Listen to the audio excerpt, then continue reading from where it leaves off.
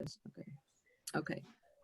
Okay, so we're now recording, and welcome to the Call Connects Rhode Island book group, where we have been reading or somehow connected to Dr. Eva Eger, who wrote The Choice when she was 91, I think, and then this book, The Gift, when she was 93. And this book, The Gift, is taking some of the lessons that were more diffusely described in her book, The Choice, and making it very concrete. So each chapter has a lesson, literally, that can save your life, literally how to live your life in a way that is full and thriving. Like her mantra is that you have to express in order to avoid depression, that antidote to depression is expression.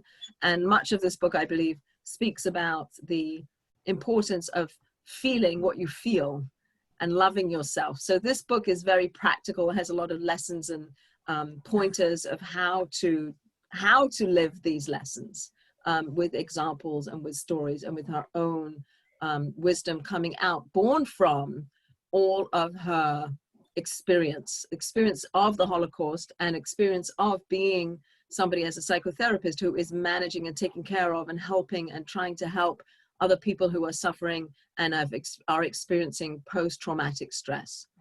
And so that is my little introduction. And there's lots to talk about, but it's a small enough group, which is always lovely when we have 10, 12 people in the group, that we can speak about how this book meant to us, what it meant to us, what we thought about, what questions we might have, how to actually use it as a guidebook for our own lives, as much as reading it because it's interesting, but actually using this as a launch for living our lives more fully. So if anybody would like to just pick up the thread, otherwise I'll keep throwing questions out, but we're a very thinking group. Everybody here is, that I know, is people who have deep thoughts and probably would like to share some of their thinking. Melissa? Please, Ina. I'd like to say hello. First of all, I'm sorry, we were just finishing dinner, so it was a little bit of a rush to get on.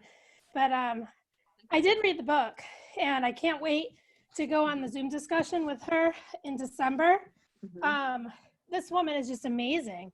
Mm-hmm. And the fact that she has such a positive outlook on life, despite everything she's gone through, not only in the war, but for those of you who didn't read it, she was found alive in a pile of dead bodies, and when she was a teenager. And I mean, she's been through divorce, she's been through a lot.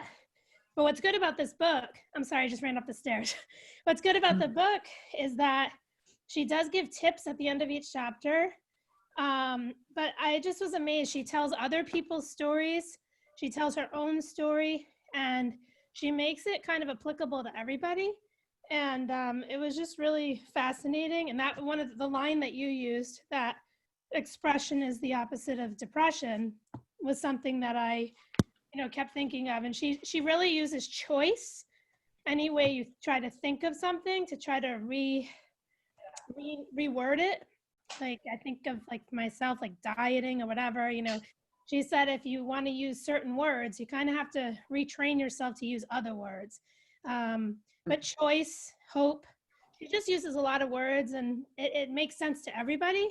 But it's just amazing, like the stories that other people have gone through, she uses to help you understand that our lives really are a gift. So anyway, I really enjoyed it, and I look forward to meeting her in December, through Zoom, of course. Right. Thank Right. you. Everybody just jump in if you want to pick up the thread, if you want to start a new thread, if you want to respond to Ina, if you want to say what it meant to you, what you thought about, was there anything particular that spoke to you? Was there anything that you saw like relates to your life? I don't want to be the only one talking. I can, but I don't want to be. I find myself going back to the pages that I already read and rereading it again. And I'm probably 3/4 of the way through the book, but keep on going back to each of the lessons kind of that are taught within each chapter, and keep on going back again and just trying to just like reflect on what she's talking about. and then I go back to see who's who, because she talks about not only the patient, she talks about her family, her grandkids, her husband, and so I find myself not like reading it straight through, but like stopping at certain points and then like kind of reflecting on that and then going In on. particular that you'd like to share with us that you dwell on, that you can think of off the top of your head? Anything particular that you find yourself gravitating to the most? To always practice kindness is what and she keeps on coming back every single time as well. The kindness part, and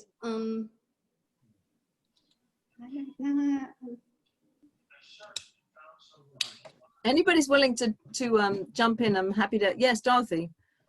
Hi, I made it. So I feel like I've not only the choice, that you have the choice to make that change that you want, but to be the example of the change you want to see. That with the people in your life, I mean, we all go through a lot, especially this year, and to not give up, no matter how bad things might be. You know, you don't know what others are going through either, and it's just never give up. Be that light. Maybe you don't know that you're the light for somebody else that's going through something even worse than you are right now. So like every day when I go to work, whatever is going on in my life stays outside as much as I can. And I greet each member with a smile, and because I don't know what's going on in their day. They could be going through so much worse. So just to be that cheerful light and to lead by example and never give up. Never, ever give up. I'm going to read this book like 6 more times. Mhm.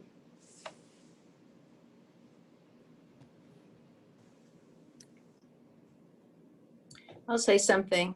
I should have reviewed the book, but I'm visiting my mom here, though I didn't. But I guess when I was reading the book, I read a lot of Holocaust literature, and it's a big part of my life. I'm at the Holocaust Museum, and what struck me is that the stories don't end like hers ends. It doesn't end with even, you know, when someone is writing their own story, there's so much pain that can never be resolved, can never, it's a very rare thing to see someone really be able to work it through.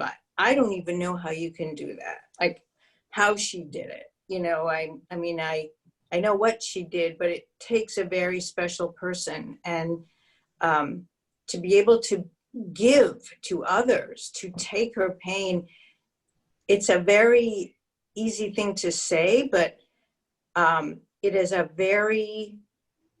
it blows my mind that she's done this, actually. Truthfully, it blows my mind.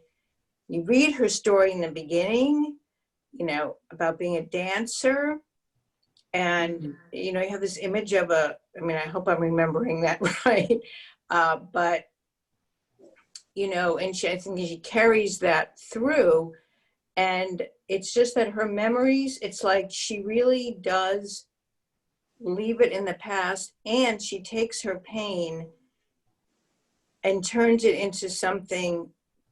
Well, first of all, she's an example that she does so much with her life when she's older. I mean, here she's 93, but she gets her PhD, right? She's, again, I haven't read it in a while, but she's much older.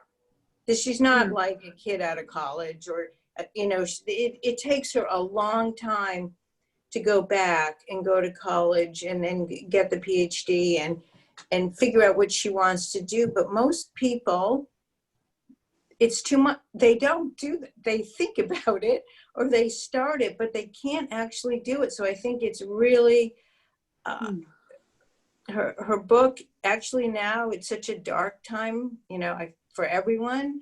We can't see our loved ones, where our lives are, not everyone's life is shattered, but a lot of people's lives are shattered. And so I actually am going to go back and read it for the positivity, but it's such a, usually, you know, a story is told, and although it might be in the past, the pain is just too deep, you know, and I guess I see, wow, she took it and she turned it into something beautiful. And I can't think of any other writer. I mean, there's so many lessons, of course, from Holocaust literature, but I'm not sure any are so positive. So that's all I have to say. I can't wait to talk to her in person. One of the things I thought, as you're talking, Hilary, I'm remembering parts of the book where she recommends people to scream.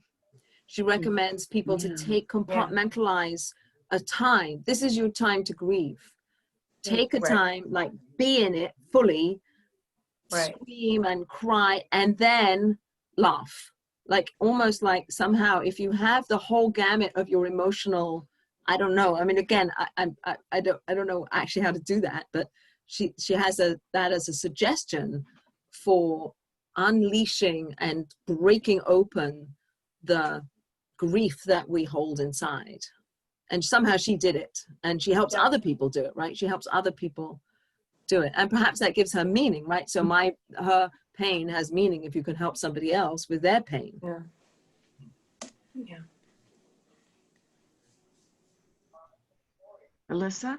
Yes. I wanted to. Who's speaking? Who's speaking? Ellie Lehman. Ellie. Thank you, Ellie. Yeah, sure.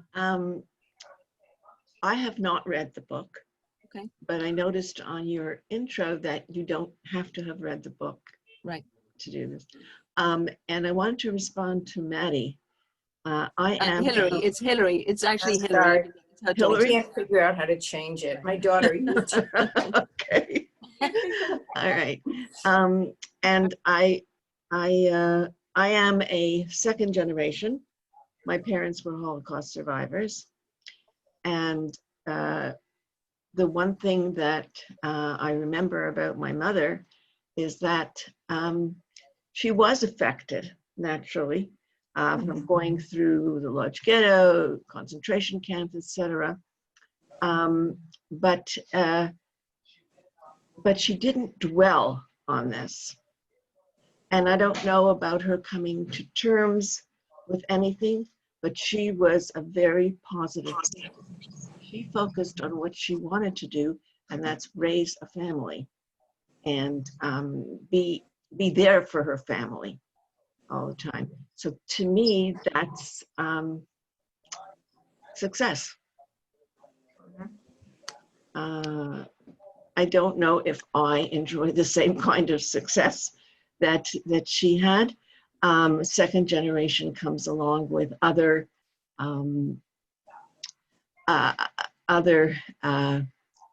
ordeals, if you want, or other phases of being a child of survivors. But I must say that there are people like Dr. Eger who have successfully challenged and successfully gotten over whatever experiences she had. There are writers and there are Holocaust survivors and children of survivors who can tell you about their parents and how they did encourage them to have successful careers, which they did, and gone on, you know, with other things that would make them happy. That's an interesting question, Ellie. I think that question, what you're raising is, what does it mean to be, quote, successful? What does it mean to thrive? Like, how would you, big picture, everybody in the group, think what it means? What do you think Dr. Eger means about thriving? Right. You know, yeah, I'll leave it as an open question. Would anybody like to stab at that? What does it mean? Do you think Dr. Eger feels is the answer to what does it mean to thrive? Not just survive, but to thrive. Yes, Ina. Means to reach places where you didn't think you could. So in the book, she does reference a couple in particular, a couple people, and what this man in particular, who was actually the grandson of a German soldier, and this man, 2 generations later, having tons of guilt that he has the blood of someone who would do such horrific things to people. And Somebody's got some background noise. Maybe you could either mute yourself or turn the background noise off. Thank you. The way she deals with it is she tried to explain that, he shouldn't feel guilty, that he, and obviously he's grown up his whole life. At first he didn't know anything because the next generation after him didn't talk about it at all. And I know with some Holocaust survivors, some don't talk about it at all. I had a friend whose father recently passed, that he never spoke of his experience in the Holocaust with his children. So his children didn't know anything about it really. But she basically guides people to, like you said, Alyssa, scream or feel, have the feelings, but then find enough love in yourself to feel that you have power to not hold all that on your shoulders, but to be your best self, kind of. So that's why she's so inspirational. I mean, she obviously dealt with so much, that she realizes, I guess, later on in life that she can't hold all on that as her fault or her, like the guilt and the shame. She somehow was able to turn negativity into a message of hope, that she still had more to live for. She still had a family, like you said, Ellie, like, your mom's, her goal was to raise a family. I think that Dr. Eger saw it as her way of surviving, because she knew that she had more missions to fulfill. She did survive and she feels so blessed and lucky, but now she wants to help others, and she feels like that's her mission. So I don't know what I was gonna say. So, and I hope she says in the book that after every time she talks, she kicks, because she was a dancer, and I would love to see this 93-year-old woman do a kick. You can do it on YouTube. You can see her on YouTube. She does it on some of her TED Talks. She comes out kicking. Oh, I can't wait. Yeah. I'll have to watch that. Sasha. Hi, so it's such a pleasure to be here. I'm coming from New York, and I have not read the book, but I look forward to reading it, especially before the December 6th event, which sounds like it's going to be great, where you speak with Dr. Eger. But just hearing what everybody's saying, and thinking about your question of what does it mean to thrive, if a person who's been through such a horror allows themselves to just hold on to it, it's almost like the perpetrators of that horror are still victorious. Like if they, if the person who's the survivor can turn things around for themselves, then they are victorious in their life, living life. But if they, like you had said, feel the feelings and then kind of find a way to move on, if a person is wallowing in their feelings, I mean, of course, everybody feels what they feel and has a right to wallow if they want to wallow. But if a person does, then it's almost like they've been conquered again by their aggressor, if that makes sense. I think of Viktor Frankl. Wasn't he the one, he's a survivor, and wasn't he the one who said that the one place that the Nazis could not invade was like his mind, because he kept his mind strong so that they didn't take that from him. this is Any of this making any sense? this is a perfect conversation, because I think that, you know, we can put Dr. Eger over there and say, you know, that's over there. That's a whole different category of life than any of us experience. But we also experience grief and victimization and et cetera, et cetera. So it's also the lessons that we could somehow, and that's what this book I think is about, is to say, I've been through that and here's my wisdom. Now you take it and apply it to your life. So you can express your feelings. You can love yourself. I think this loving yourself thing, you know, we've talked about it in other Core Connects events about the difficulty women in general, or we, you know, the women that come to these events seem to feel is a struggle to self-love, to really, and I think in a way it's what she does, I think, and you can please correct me if I'm misinterpreting or you see it differently, that when she wants to let go of wanting to go and confront Mengele, she says, I want to go and confront him and I want to like get him in his, you know, in his vulnerability. But then she lets go of that because it's about her life and living herself and not about those other people, because everybody's going to go and then you're left with yourself. So how do we live like truly, solidly, strongly, lovingly with ourselves? And I think that's part of what she's teasing out. Discuss. He actually does say the quote just that you said, Sasha, a couple of times in the book, that she was taught that no one can take what's in your mind from you. Yeah. So they can take whatever they want, but the thoughts that are in your mind, she says it a couple times in this book, the thoughts that are in her mind, no one can take those from her. And it talks about, instead of having learned helplessness, to have learned, it says learned optimism, strength, resiliency, ability to create meaning and direction in our lives, and replacing the negative beliefs with those that support our growth. So she actually says what you said, Sasha, in the book a couple times about her thought process, and she really worked hard, obviously in her training and with all her clients, and that is so hard to do. I mean, like others said, I've gone back and forth like 50 times. I couldn't go on because I had to keep I don't retain well. And there's so many good points in here that if we were to all follow these tips, we'd all not have fear and we'd not have anxiety and, you know, I don't know. So anyway.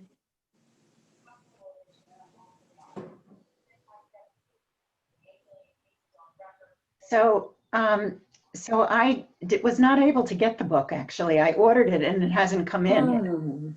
But I'm listening to the discussion and I do know a little bit about her. And I liked your question, Alyssa, about what is it to thrive? That's really resonates with me. And I think that listening to what you said about her and about the book, I think she conquered whatever tragedies had happened to her in her earlier life by helping others, helping herself, getting stronger, and reaching out to others and being able to provide them the lesson of positivity and also self-love. And I think that kind of a story, that message really resonates with me. I had an interesting discussion today about love. I took a workshop over the weekend and it was on the meaning of love. And, but the three other women that I was working with in a group, they were talking about the fact that the opposite of love is hate, or they thought it was hate. And I'm not sure that's correct, but I learned something about myself in that, and that was that using the word hate is very difficult for me because I don't like it. I don't think of anything as being hateful, so I'll couch the term and not make it so poignant. I might say I don't care for, or I don't wish to do so, you know, but hate is not something that, because I think I really believe, and this conversation actually helped me, I really believe that if if you live with that hate, it ultimately eats at you. And so the message, and again, I haven't read the book, but the message is that you have to look inward and you also have to look outward to reaching out to others and being able to give them the support and help them to feel better about themselves and their lives. And for me, that's what thriving is about. But you first need to love yourself before you love others as Absolutely. well. Yes. Yep. I think also you brought up a very good point, Bonnie. The opposite of love is not hate, because hate is such a wasted emotion. For me, I think the opposite of love is disinterest, not caring. Okay. If somebody is unlovable, and I try and I try and I try, and they push me to the point that I don't care anymore, then I don't hate them. I might feel sorry. I feel sorry for what I've lost and what they've lost, but I don't hate them. I just, I don't care. I can't care anymore. I tried. I did my best, but you took away my care. I'm going to just jump in and mention, Bonnie, when you talked about what the opposite of love is, and Sharon just said what you said, Elie Wiesel said that the opposite of love is indifference, which is exactly what you just said, Sharon. Yeah. Because if love has to be reciprocal, I believe, for it to grow and to flourish and whatever. So if somebody is not accepting of what you have to offer and you lose the desire to continue to offer, that it's not hate. I don't hate that person. That's a completely wasted emotion. Too much energy in hate. Takes a lot of energy to hate. Definitions in Judaism of love is who you embrace in your definition of self. So as we, it says in this week's Torah portion, it's not good for man to be alone. So we partner up, or we have children, or we include like our nuclear families. And then who do we embrace? Who do we include as us? Who's an extension of me?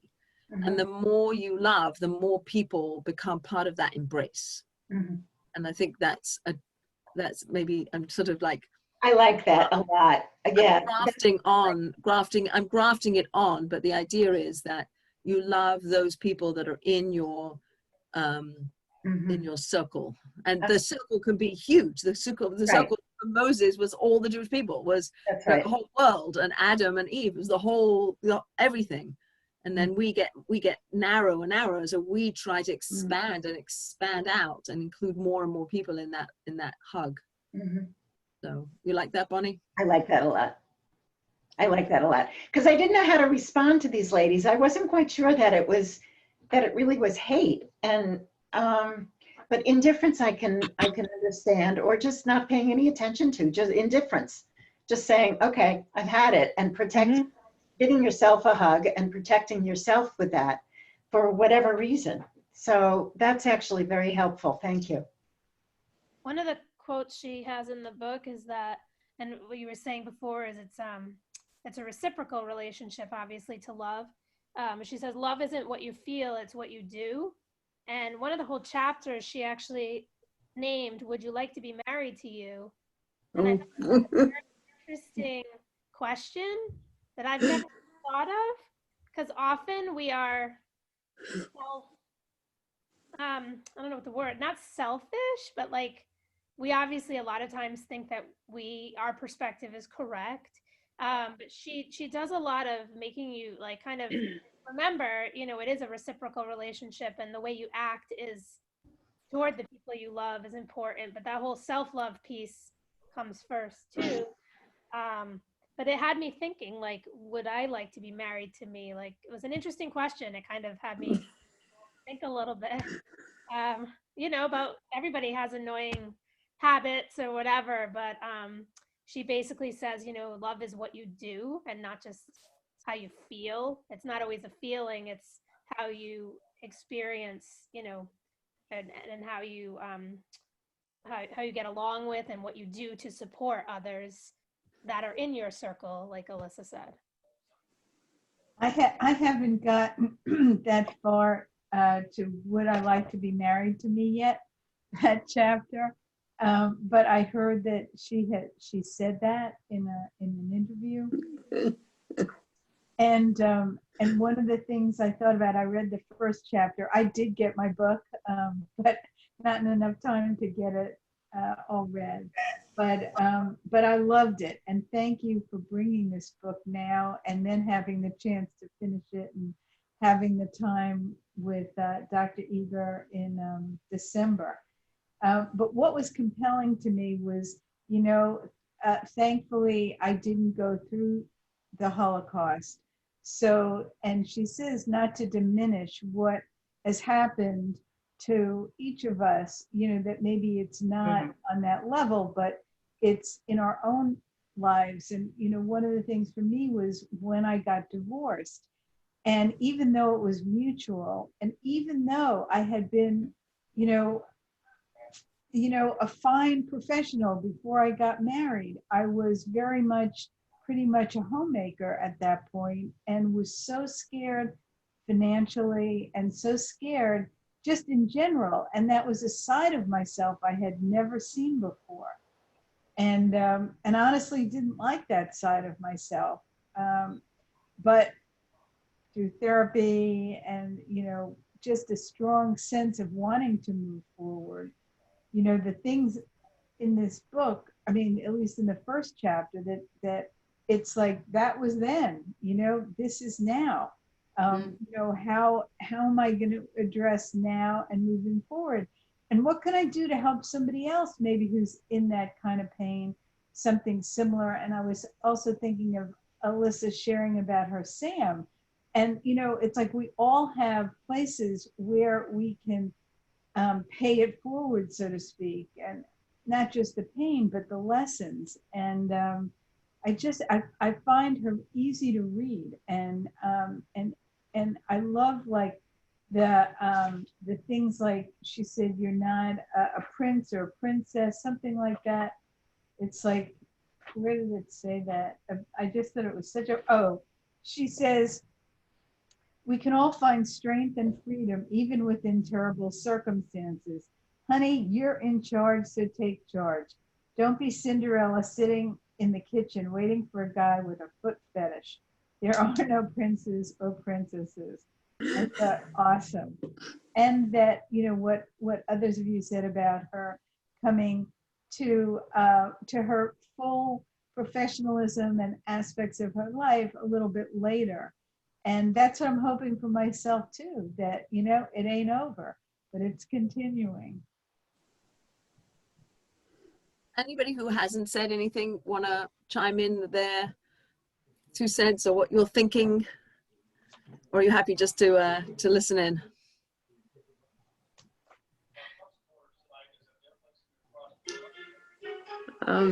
Okay. This is, I'm Maxine. This is a learning experience for me. I don't come from a background steeped with psychology. I come from a background that's more black and white. I have more of a science background. So I look at the world differently. It's either black or white. And if I have to tread in between, then I have problems. And I have to go to my husband to explain things. No, seriously, there are times that I took courses with Rabbi Babchuk, and he would hand out materials, and he and I had a standing joke because he knew I would take the information home, and I would ask Avram, I would say, please explain what this is about, because I have no idea. So, and reading the book was a complete learning experience for me. And I truly have to say, I didn't understand quite a bit of it. And that's just coming from my background. Also, I think I was very fortunate. I've had a very fortunate background. And I counted, every chapter, I counted my blessings. Mm. But I thank you for the experience. And would I like to be married to myself? No. that resonated with me. But Bonnie knows me. She knows what I'm like. Do you want to say anything? Do I? Not that I'm I picking do. on anyone. Yes. Christine, you're next. Okay, so pick on me. Linda. I think, Maxine, I think that if you counted your blessings after you read parts of the book, I think that's amazing. It says a lot for the book. And you? And for you. Yeah. I think it's curious. She repeats over and over again. I'm kind of like picking up another thread, but she repeats over and over again the lineup when they first get to Auschwitz, and the guard, I guess Mengele, says, "Is this your mother or your sister?" And she says, "It's my mother." And based on that, the mother goes to the gas chambers, and she goes the other way based on her answer to that question. And it plagues her.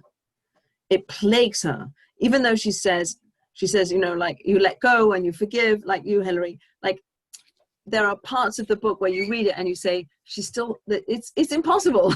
How's it possible to live past that? Like, on the holding on, like, what I said sent my mother that way, and I'm responsible, or I can never forgive myself. She says it a few times. I can't forgive myself for having said that, or I was accomplice in that, or something. And I don't know how you move I don't know how you move beyond things like that. Or whether you don't, whether they're always a part of you, and yet you can compartmentalize them and they don't take over. Maybe that's it. Does she ever say she accepts it? No. She said, "I won't forgive myself," but she's able to say it. She doesn't hide it. And that's another thing she talks about, is not living in shame. Not living in shame. Like we have these parts of us, or parts of our families or something, we don't want people to know, because then maybe they won't like us, or they won't. I remember I was a young bride, or young, you know, in my early married days, and I remember thinking, if my husband really knew who I was, then he wouldn't want to be married to me. Like, I have to like put up this front of who I am, because I guess on some level there's this sort of part of us, even though my parents loved me, and there's still this insecurity of, will somebody actually really love me? Can I actually like accept that and feel that and know that? Or is there always that insecurity of that? I don't know, I'm going all over the place, but the shame, like, and so we don't say things, like, there are things that I don't share with people because I'm worried, like, what will people think? You know? What do you all think about that? I'm sorry. I was just going to add about survivor's guilt, you know, that she said, that I don't think she really thought about that she survived and they didn't, as much as what you were sharing, Alyssa, about that she had to make that decision, you know. If just answer the question, but it was the wrong answer. It was a no-win, right? I mean, could there have been a right answer in those circumstances? Looking back with the hindsight, she should have said, "My sister." Right. Didn't know. How old was she at that time? 13. It was when they went into the camps. She was a teenager, right? Going into the camps. Right. She didn't know what the consequences were going to be. Right. Until she did, and then it was too late. But there's that regret and remorse and shame. Like the difference, she points out the difference between shame and remorse. She delineates a difference between remorse and shame. So she says remorse is on some level good, because it helps you work on yourself and change, but shame is too attached to your personhood if you're ashamed. Yeah. I think that shame is really, really powerful, and can, like you were saying earlier, just shut a person down. Like, if somebody is ashamed of something from their past, and chooses not to talk about it, it has a lot of power in that person. I mean, I'm thinking of something that I wasn't ashamed of, but it kind of was something I didn't talk about growing up. My father left my family when I was 4 years old, and I was too young to know what that meant. And when I got older and asked about it, I kind of was told, well, we're all better off that he's not here, and let's move on. So I never was able to really air it out. But when after therapy and talking to some wise people, it was even though I didn't feel ashamed, I felt something that was really negative. Like I felt I had to keep it almost a secret. But when I actually let it out, it was so liberating. It was just like a weight had been lifted off of me that I didn't even almost know I had. So I think that for something somebody is ashamed of too, it can really like imprison you in a way. But if you are able to talk about it, I mean, not necessarily on Zoom, but anybody, right? Just to like get it out of the buzz that might be in your head. It's probably very healthy. Well, didn't she talk about that where she had left her husband and got divorced for 2 years? Yeah. She blamed him for all of this stuff. And then she realized it was her. It wasn't him. It was her. And she needed those 2 years to really figure that out. That all that stuff coming up and her anger at her husband and for him not acting correctly the way he spoke to one of the kids or whatever was really her stuff. And once she was able to really realize that, she married him again. And then they were able to go forward. So, you know, for all of us, it's dealing with stuff is so much better. It's not easy to deal with. And I think we all have stuff to deal with. It's just not an easy process, and it's easier to just keep burying it. But it comes out in other ways. So, I mean, to me, she was so powerful in that she really allowed herself to follow her heart and like go through that change of leaving her husband, identifying what was really going on for her, and then come full circle to raise 3, I think, pretty healthy kids and lead a very productive life for herself, who's writing in her 90s, 2 books, you know, which is pretty miraculous. Amazing.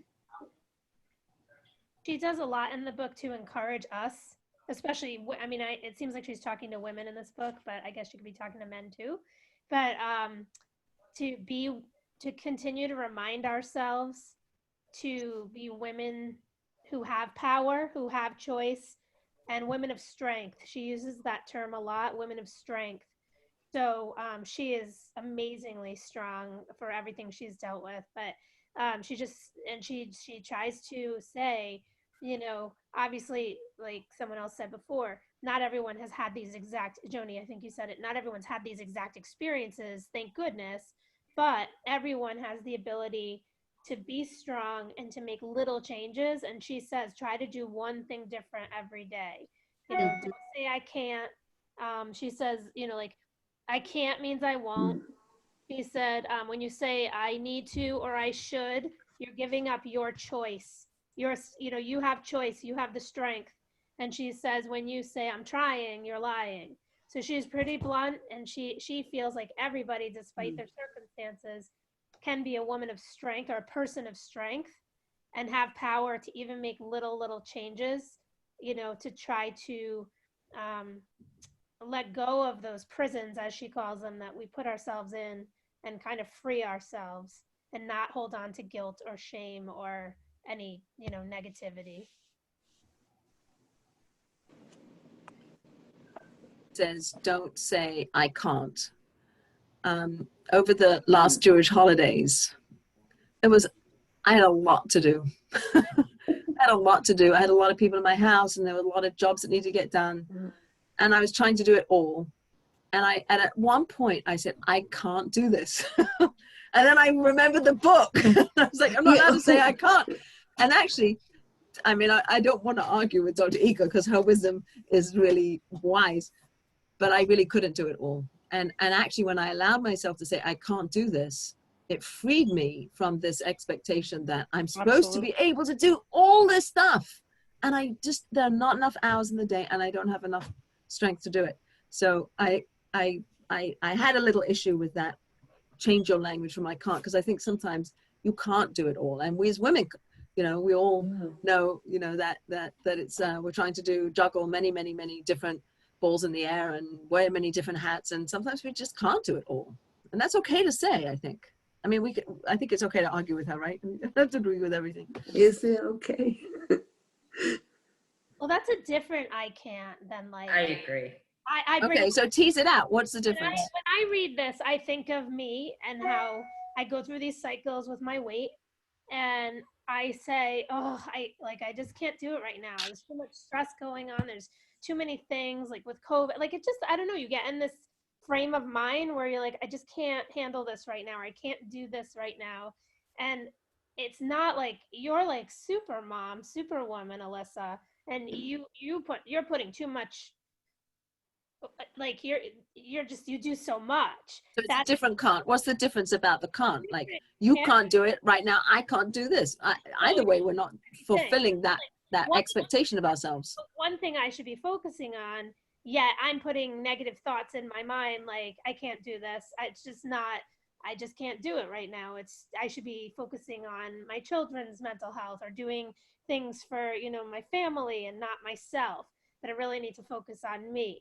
So but you, I don't know, I just see it as different because you're just like, you're trying to put together a meal for like, hundreds of people. You're putting too much expectation on yourself. I can definitely do this. I just am making choices and excuses not to. I don't know. Aaron, what do you want to say to that? I think you're a superhero, Alyssa. How do I do this? Alyssa? Who? Alyssa? Who's talking? Sorry. I can't see your mouth, so I don't know it's you talking. I can only see your eyes. Like who's better? Yeah. Is that better? Okay. When you said you can't, I think that's positive for you. Right, that's what I'm saying. That's why I don't think it's true that you have to always change the language. I think it's okay sometimes to say I can't do this. It's too much right now. Right. But she asked, did it empower you? Is what you're doing empowering or disempowering? And I think, Alyssa, in your case, when you came to that was empowering. For me, if I'm saying, I think for each of us in different situations, it's personal if it's empowering to say, I can't do this. For me with technology, with my college students, there's a level that I just can't. I know I can't. And so I have people who help me. But I don't think that shows that, well, I'm not a good professor. I think what it shows is that I care about wanting to, have it be as good as possible. And I'm just saying that not because of how great Joni is, but because of how great I think you are, Alyssa. And I think coming to that is a win for you personally. If I could. Alyssa, I think though that when you said you can't do it versus Ina saying she can't do it, and just as a comparison, I think some of it is external and some of it is internal. So we know what we can do, and we do reach a breaking point. And when we realize that it's not from within us, but it's from without, that we can't do it, that's a very good thing. Good. That's good. That's a good distinction. Thanks, Sharon. I like that. Well, also, is the I can't empowering you? It's another way to say what Sharon was just saying. Or is it knocking yourself down? So I can't because I'm not smart enough, or I'm not good enough, or I'm not witty enough, or whatever it is one thing. And I can't because I have 25 people in my house and they all like need something different. I can't do all of that. Those are two different polar. Totally, yeah. Polar That's a good thing to tease out. Like Right. this is good conversation. Yeah. I also think that I know in my life, I have 2 teenagers and a husband, and I get very accustomed to doing everything and forgetting that other people are very capable of doing things too. So there's like a piece of it where I think I like the control aspect of it. Like I like things a certain way, but if I'm resenting it, or if I'm pushing myself to the brink of exhaustion, it's like, oh, wait a second. They know how to do this. So like I can ask them to do it, or I can just not say anything and see what happens. And like we all survive, right? Anyway, I think it's a sign of strength to be able to say I can't, because what I hear is that you're realizing that you're gonna lose it. It's like self-preservation to say I can't. So go back to the 12 lessons to save your life. Yeah. It's really, I believe, the way in which Dr. Eger is writing this book is to share the wisdom to help us all be the best we can be, and to shed all the things that hold us back, that there's so much potential that we have, and how to live that fully in whatever circumstances we have. And I think she does a very good job of saying in this book specifically, of saying my wisdom is this, and these are the questions, and all the questions and exercises that she gives us to do, we can do those in our life with our situations. They're not specific to her. They're very general kinds of advice that she's giving, of expressing yourself and loving yourself, and surrounding yourself with positivity and all the things that we've spoken about. So it does feel like it's very relevant. That's excellent, Alyssa. That's an excellent synopsis. Yeah, but I'd love to hear more about what other people really resonated with. Like, what did they like? Where she talks a lot about in the chapter, I believe it's the second chapter. She talks about the no Prozac in Auschwitz, chapter 2, and the advice of learning how to be. I think that's something I found myself wanting to do more, is learn how to be in the moment, how to enjoy this moment right now. We talk a lot about that in sort of modern spirituality and mindfulness, of like really truly living in the moment. And I haven't really done that. And I'm finding trying to do that is liberating for the moment you're in. Does anybody else have experiences of? I've been doing a lot of that, actually. I've been trying to meditate every day. I'm taking this course with the Institute of Jewish Spirituality, and there's a daily it's free, actually. There's a daily meditation, 12:30 every single day, and it's been really, really interesting. And what I have learned is I've learned a technique now on letting thoughts just pass by and leave. But what I was going to say earlier was that being present is about the greatest gift of love you can give to any other human being. To really be present for them, and to not be thinking about what you're making for dinner or everything else that you have to do, but to really look at them in the face and really be there.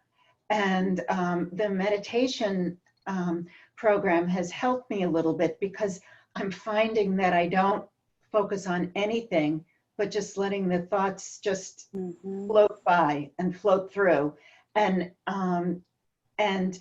say to myself, make a commitment and say to myself, for a half hour, I'm going to be still and I'm going to just be.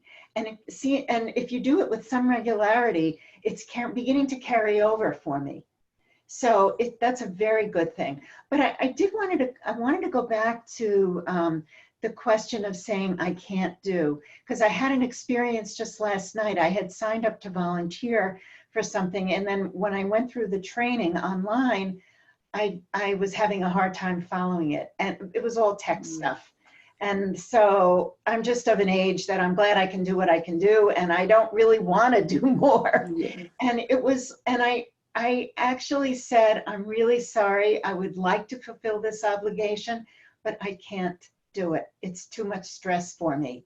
And someone said to me today, so how did you feel when you said that? Were you, you know, were you feeling negative about yourself? But in a way, because I take on a lot, it was actually a good feeling. It was one of the few times that I've actually said, I can't do it. It's just too much for me. Yeah. I tend to agree with that. I think there's a real liberation when you can admit that. And I can't remember who was talking about her kids and all the overwhelming. And I remember one day working, having 2 kids, many pets. And I just went, I can't keep track of everyone's laundry. So that night at dinner, I said, from now on, everybody is in charge of their own laundry. That's it. You know, and I was like, felt so liberated by it. I was like, I realized I just can't do this anymore, you know. So I think there is power in the can't, or knowing your limits. Maybe is it's Knowing not your limits, right. knowing your limits and where it's too much, and where you want to put your efforts, where what you want to focus on.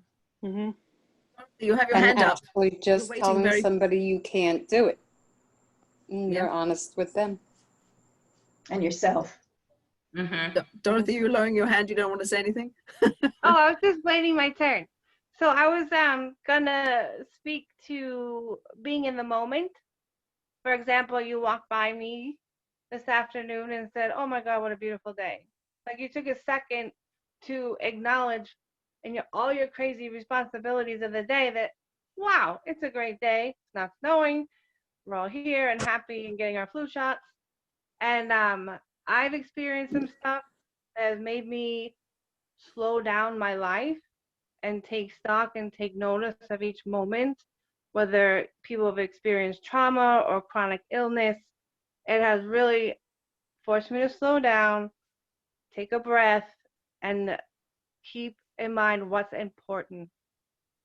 And changing my perspective, and that of course comes with a little help and therapy and stuff like that, but you appreciate what you have so much more. That yeah, I'm going through a tough time, but I'm truly blessed for all that I have. So I think taking time to be in the moment can really help you through all the craziness of this world. Appreciate, I have a place to live. I have a loving family. My car started today. I don't have to shovel rain. Whatever it is, to appreciate the really great things you do have that might help you with the struggles and the things you don't have. That's it. Alyssa, you're muted. I was worried about the noise in my background. We release ourselves from the prison of avoidance. We let feelings come. We let them move through us, just like you just said, Bonnie, and then we let them go. It takes so much courage to be without having to do anything about anything, to just simply be.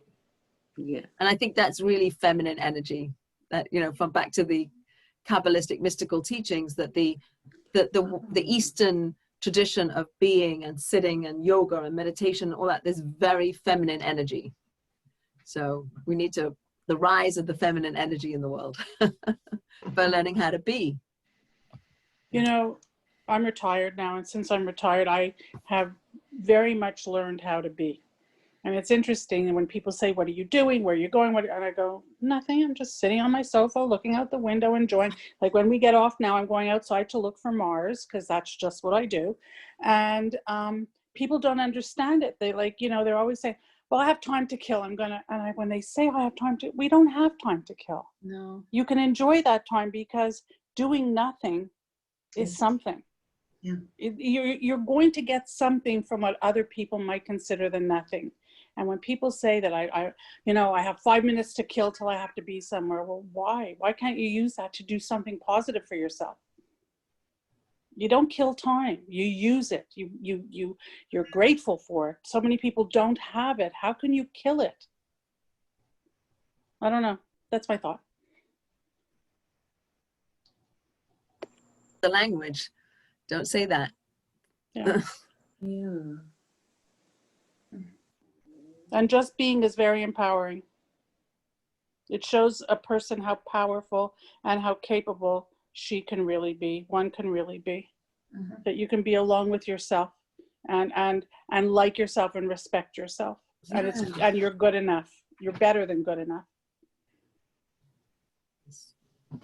Nice. But I think also it leads to more joy. Because if you really appreciate the moment you're in, you're not worried about tomorrow or yesterday. You're in that moment. That's that saying, you know, like, and it's therefore it's the present. It's a present. The present is a present. Yeah, I don't know. I don't feel very good at doing that. I'm always like, what's the next thing? So learning how to be still and be in the moment and enjoy the now is harder. Well, I think COVID has also, without COVID, I might not have had this experience. And because everything sort of slowed down, I'm not going out as much, I'm not as busy, I have more time to just be, and I'm trying to make the most of that time. So it's different, I think, than ordinary, whatever the past normal was. The new normal is very different. I don't know, maybe because I was a nurse. I think that the use of the word normal is something that we should rethink. There really is nothing normal. It's the average. It's the average. Nothing is normal. What's good for you doesn't mean it's abnormal. We should look at from the average. We shouldn't judge ourselves or anything on what is quote unquote normal. It's never going to go back to the way it was, ever, ever, ever, ever, ever. So going back to what was normal, no, going back to what we possibly knew. Now we have to make new, like K-N-E-W versus N-E-W. So normal is a very dangerous word, in my opinion. That's just my opinion. We're all going to leave here with a different language. Yeah. Yeah. Yes, Maxine. Okay, I've learned so much being from the time we went into, I call it lockdown. From the time we went into lockdown, we woke up at 6:30 in the morning, had breakfast, checked our emails, and then we went on to daven for 8 o'clock. So that's already, okay, 8 to, 8:45. And then you sit for a couple of minutes and look at a few more emails, and then you go upstairs and you take your showers, and then you take care of a few more things, and it's lunchtime, and then you have to figure, oh my God, I truly have What's to the message? What's the message, Maxine? What are you learning? We go to bed at night at 11 o'clock or 11:30. We're exhausted. Because we fill our day is so filled, and I'm learning so much. There were a lot of things that I wouldn't have studied that that we're taking classes and we're doing things, and in order to keep up, I have a lot of reading to do. So I have a stack of books, and it's like, oh my God. Now that I've read The Gift, I really would like to read The Choice. So The Choice is, this book is sort of a synopsis of the lessons learned. Choice is the beginning, the introduction to who she is, where she comes from, and a lot of the stories you can watch on TED Talks or whatever. But this is the guide. This is like in practice, in practicality, how to be in our lives. So we've been having this amazing conversation for about an hour, and I don't know if anybody who hasn't spoken, hasn't said anything, we'd love to hear you if you'd like to unmute yourself and chip in. Otherwise, we'll just enjoy having your faces be here and be in communication. But I do actually really, we have to point out that this is Montreal, Miami, North Carolina, New York, Maryland, Virginia, Rhode Island. This is amazing. I don't know where you are, Rebecca. Are you in Massachusetts right now? Okay, so we got Massachusetts. So this is fantastic. You know, and everybody who's here is supposed to be here. This is the group that's supposed to be discussing this book. And please help us to advertise and share the opportunity to be in conversation. So myself and Elisa Bulow, who's a bit of a mentor of mine, is going to be in conversation with Dr. Eger on the December 6th. So Elisa and I are going to be in conversation with her. So we're happy to, and I'll put this out, field questions. So send me questions that you might have that you'd like us to include. I'd like to actually ask her, and I mentioned this at the beginning, that as a religious person, I don't hear her talk at all about religion or Judaism or God or any of that. And I'm really curious how she sees God in all of this, in all of her life and all of her trajectory, and what her relationship is with God and religion. Because she doesn't talk about that at all. Like all her strategies are very acceptable and approachable for all people, whether or not you believe in God or not. So I think that's interesting. Because I read this book and I wonder about that. I don't know if there's other things that you might wonder about as you read her material and you take it to heart, like, and you see it for yourself, how you approach your own life, like where's God in my life, or you don't think about that. I don't know. Can we open that ending conversation up? Does anybody have any closing thoughts or any other things of wisdom that they'd like to share that they've taken to heart with the things that you've read or learned about from Dr. Eger?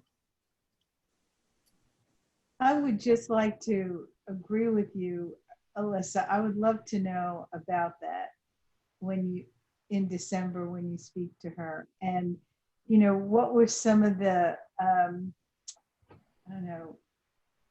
key points, or not key points, but landmarks in raising her own children, to give them, you know, some of these strategies before maybe she knew about it, you know, in terms of the way she would discuss them now.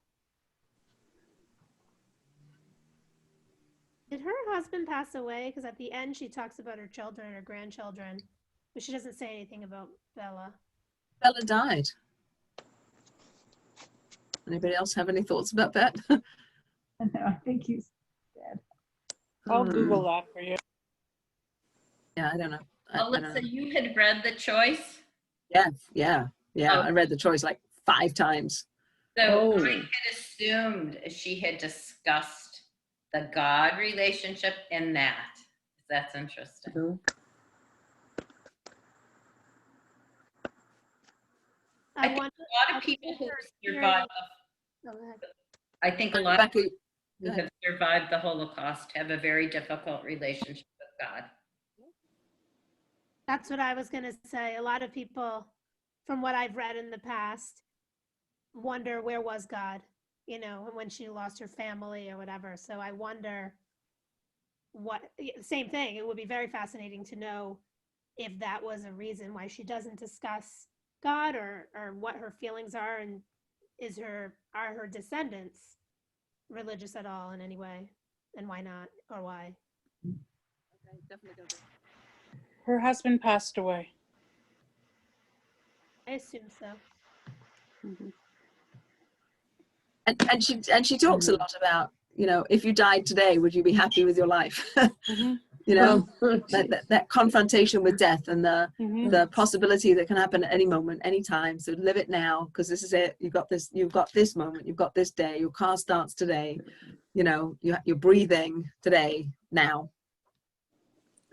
So there's a lot of that, which I think is very empowering. It's a message that I love to keep at the forefront of my mind also. And that is how she survived the camps. Yeah. what I Yeah. in that moment. And when she had that surgery and had become really sick with the twisted bowel syndrome, she Oh. it forced her to go back to Auschwitz, and it forced her to relive some of those same feelings. And then she had to reconnect to that state she had put herself in the camps. And that was very powerful.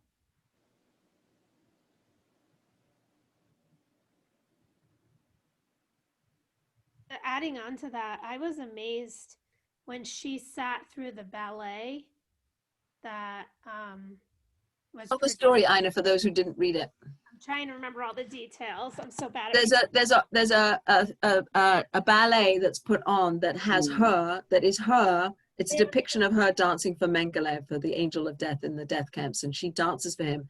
And in her mind at the time, she goes to some. She just tries to escape.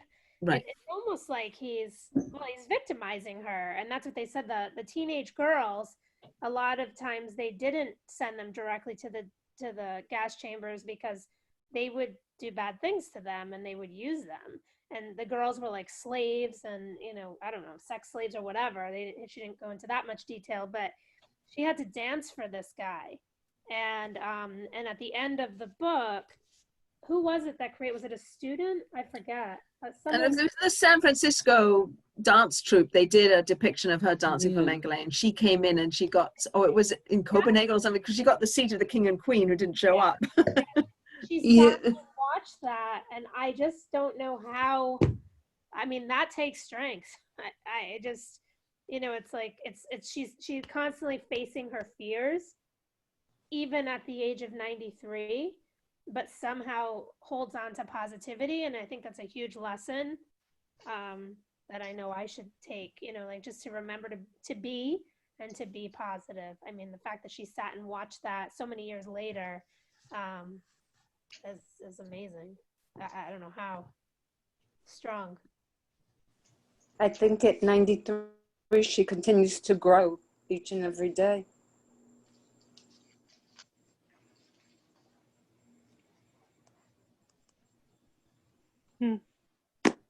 Thoughts as we wrap up our lovely book group? I'm open for more book group suggestions. I don't have another book. I don't have another book ready in the wings, so I'm waiting for it to drop from the sky. We've had knock out the ballpark books for the last few books. Every single book has been perfect. We did the choice though. Yeah, we got to find another one. We've done Brene Brown, and we've done really meaningful and important books that people have. The conversations we've had, I think, have been very meaningful. And this is the creation of the community that we're trying to achieve, right? So, some of the programming is nice, but I want this. I want conversation. I want people to talk to each other. I want people to know each other, like from different parts of the community and different parts of the country. But to create some kind of community and some kind of sharing that's meaningful.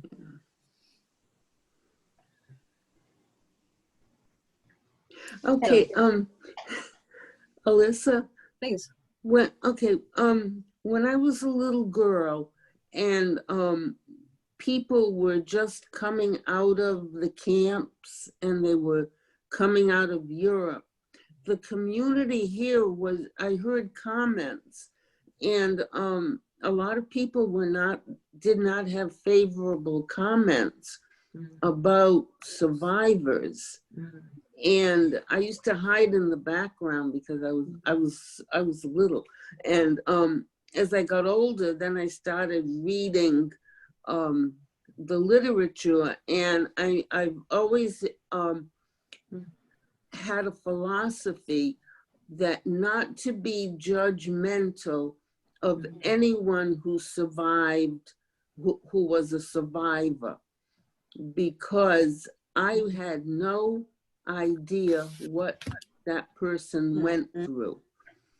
And for that person to survive, it was not my position to question. It's my position to say, thank God you're here. No, in the observant world, the people who survived those kinds of atrocities are called kadoshim. they're called holy. And and there's an interesting teaching that when they die, when they move on from this world, that they go to very, very, very high places, whatever that means. I don't really know what that means, but they get a good place in the ballpark. Thank you.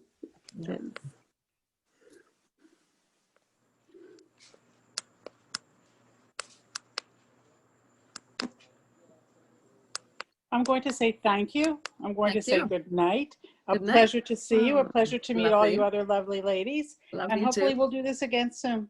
Please God. Okay. And All right. Alyssa, I'll Let me speak to you say the soon. same thing. Thank Good night, you. everybody. Listen. Have a good Shabbos, somebody. everybody. Good Shabbos. Be well. Shabbos. Yeah. Good Shabbos.